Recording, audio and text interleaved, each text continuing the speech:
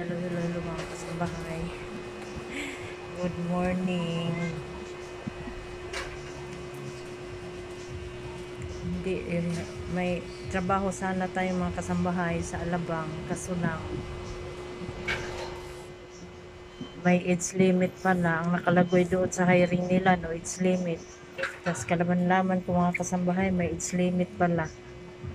Hindi ngayon, nakabili na ako ng uniform lahat. Pati ID, kompleto na ako lahat-lahat.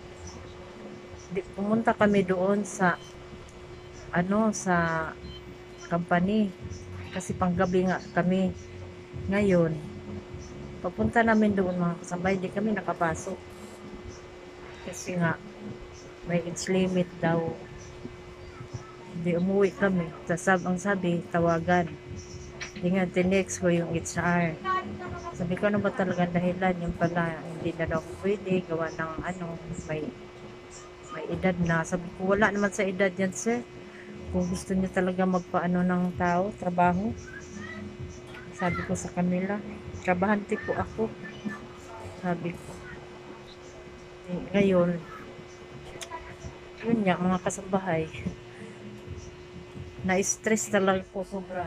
Hindi ngayon, nandito ako nakatambay sa bahay ng mga pamangkin ko.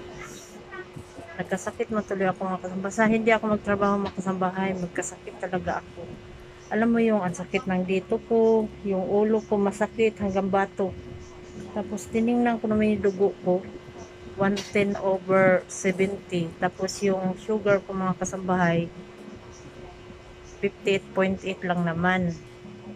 Ngayon, sabi ko, ano ba yan? 4 na araw na ako natambay. Tapos, mula November 1, kasi umalis na ako doon mga kasambahay sa yung sinabi ko sa inyo na nagtrabaho ko na walang libreng pagkain.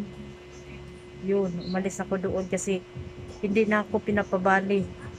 Gutom na ako yung time na yun na kumuha ko ng pera mga kasambahay. Hindi niya ako pinapabali na. Ginawa ko, pinabarangay ko siya. Ang mali ko kaya hindi ko dala yung requirements na kontrata namin ba. Umalis ako daw mula nung November, di pinabukasan nag-apply ako kasi ayaw ko matambay ba. Nag-apply ako ng trabaho. Yun na nga, hindi nga maganda kasi kala unexpecting ba. Ngayon, naghahanap ako ng trabaho mga kasabahay. Sino mga vlogger dyan na nangailangan ng trabahante? Ipasok niyo ako mga kasambahay. Wala talaga. Wala akong trabaho ngayon. Mag-December, kawawa yung mga anak ko. Pag hindi ako namasukan.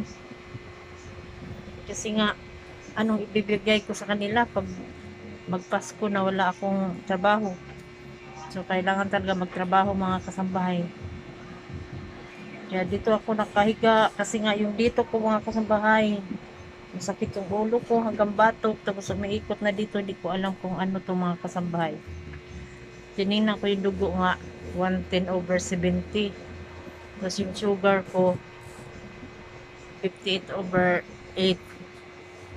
Kaya ang hirap mga kasabay pag walang trabaho. Kaya magkasakit talaga. Tapos wala ka pang pera. Yan ang mahirap. Kaya subscribe my channel mga kasambahay. Tulungan nyo ako na aabot tayo ng 1,000 pataas yung aking subscriber para naman makatikin tayo ng sahod. Kahit pa paano, kahit kunting sahod lang matikman natin yung pag hinahirapan natin. May muli ko, wala akong ginamot dyan mga kasambahay kaya wala man tayo i-afford.